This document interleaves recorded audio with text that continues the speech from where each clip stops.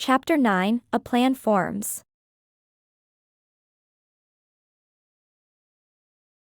Holly awoke with a start, her head pounding and her thoughts fuzzy. The familiar scents of cinnamon and gingerbread that usually permeated her bakery were overshadowed by an unfamiliar chill in the air.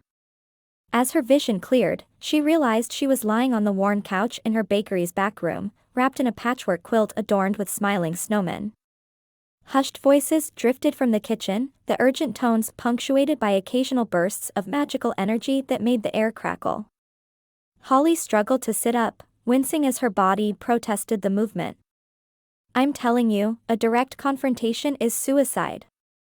Juniper's voice hissed, uncharacteristically heated. "We need to be smarter about this." "And what do you suggest?" Jack's cool tones replied, tinged with frustration. "We can't just sit back and let Glacia freeze the entire town." "Guys, please," Pepper's smaller voice chimed in, "we need to work together on this." Holly cleared her throat, drawing the attention of her arguing companions. "How about we start by filling me in on what I missed?" The three rushed to her side, their faces a mixture of relief and concern. Jack knelt beside her, his cool hand gentle on her forehead. "How are you feeling?" he asked, his icy blue eyes searching her face. "Like I got hit by a runaway sleigh," Holly admitted with a weak smile. "But I'll live." "Now, what's the situation?" As Juniper conjured a steaming mug of peppermint tea for Holly, they began to outline the events that had transpired while she was unconscious. Glacia had retreated after their confrontation, but her influence was spreading. Patches of unnatural ice were appearing throughout Mary Hollow, resistant to any magical attempts to melt them. The town was in a state of panic, divided between those who wanted to fight and those who were ready to abandon their homes. "We need a plan," Holly said firmly, setting down her empty mug. "And we need one fast." The team gathered around the large wooden table in the center of the bakery's kitchen, various magical tomes and scrolls spread out before them. The usually cheerful space felt somber, the enchanted oven cold and dark for the first time in memory. "I've been thinking," Juniper began, her fingers tracing the outline of an ancient rune in one of the books, "what if we fight fire with fire? Or in this case, winter with Christmas?" Holly leaned forward, intrigued. "What do you mean?" "A town-wide ritual," Juniper explained, her eyes sparkling with excitement. "We channel the combined Christmas magic of every citizen in Mary Hollow. It might be enough to counter Glacia's power, maybe even communicate with her." Jack nodded slowly, frost patterns forming and dissolving on the table beneath his fingertips as he thought. It could work. But it would take an enormous amount of coordination and power. We'd need everyone's participation. "And that's where we might run into trouble," Pepper added, her pointed ears drooping slightly. "After everything that's happened, the town is more divided than ever. Some folks are blaming Holly and Juniper for stirring up trouble in the first place." Holly felt a pang of guilt at Pepper's words, but pushed it aside. There would be time for regrets later. Right now, they needed action. "Then we'll just have to convince them," she said firmly. "This is about more than just our differences now. It's about the survival of Mary Hollow itself." With renewed determination, they began to plan. Juniper sketched out the framework for the ritual, drawing on her knowledge of ancient magics and the unique properties of Mary Hollow's Christmas spirit. Holly pored over spell books, searching for a way to establish a direct line of communication with Glacia. If they could just talk to her, make her understand. Jack and Pepper were tasked with gathering the necessary magical supplies. They compiled a list that ranged from the mundane, pine cones and holly berries, to the esoteric, frost from the highest peak of the Peppermint Mountains and a tear from Santa's eye. "I can handle most of this," Jack said, reviewing the list. "But some of these items, they won't be easy to come by." Pepper squared her small shoulders.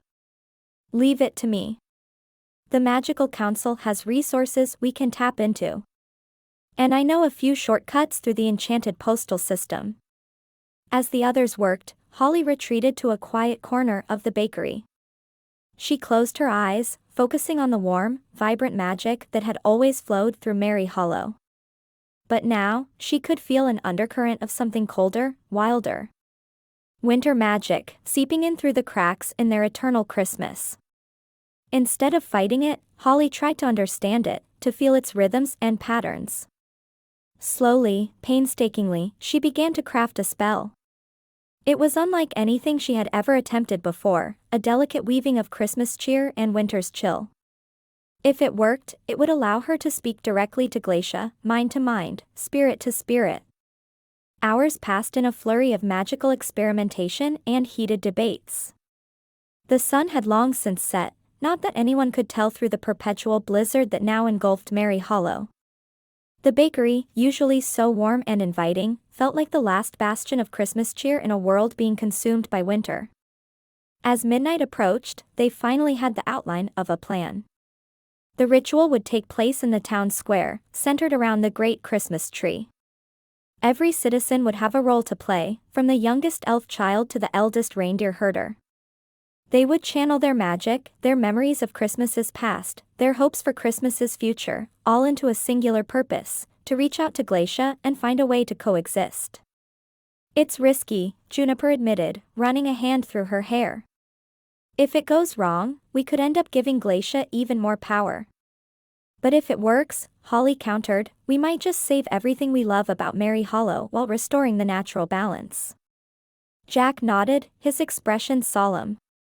It's the best chance we've got. But convincing the town won't be easy.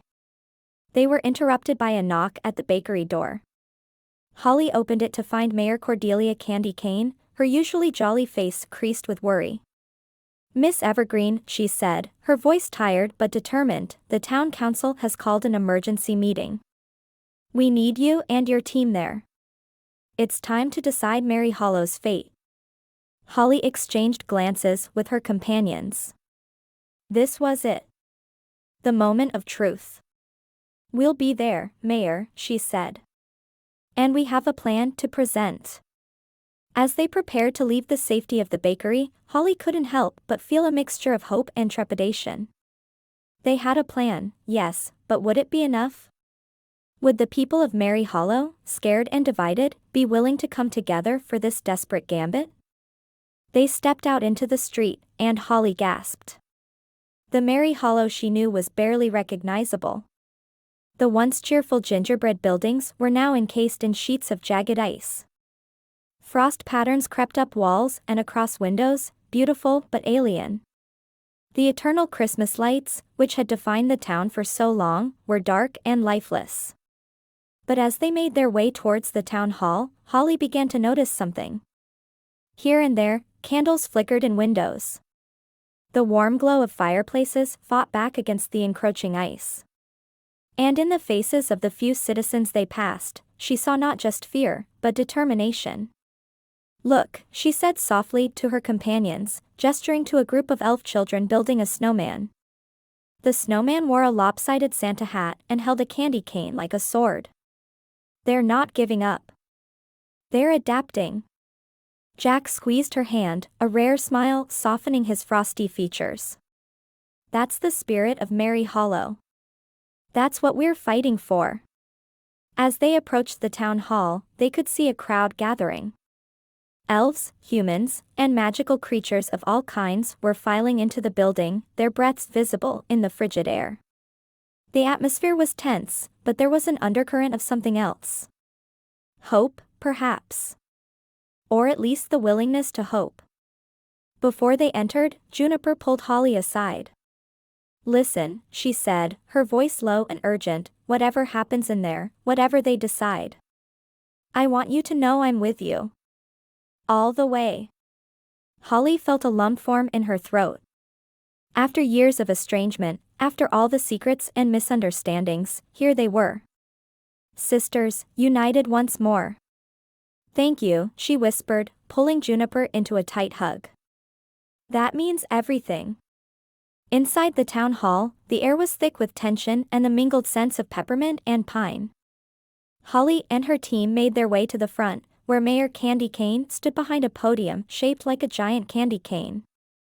The mayor's usual festive robes. As the debate began in earnest, Holly rejoined her team. Jack gave her a proud smile, while Juniper squeezed her shoulder in silent support. Pepper bounced on her toes, her eyes shining with excitement. "You did it, Holly," the young elf whispered. "You gave them hope." Holly watched as her neighbors and friends passionately discussed the future of their town. There were still disagreements, still fears to be addressed. But there was also a growing sense of unity, of shared purpose. As the meeting stretched into the night, plans were made and roles assigned. The great ritual would take place at dawn, when the veil between seasons was thinnest.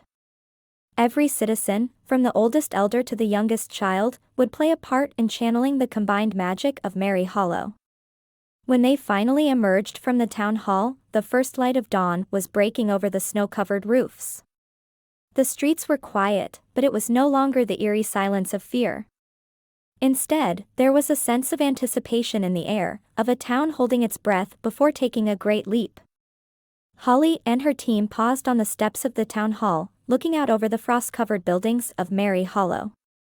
In just a few short hours, they would attempt the greatest magical working in the town's history. The fate of their home, and perhaps the very nature of Christmas magic itself, hung in the balance. "Whatever happens," Holly said softly, "we face it together." Jack, Juniper, and Pepper nodded in agreement. As one, they set off towards the town square, ready to make their final preparations. The battle for Merry Hollow's future was about to begin.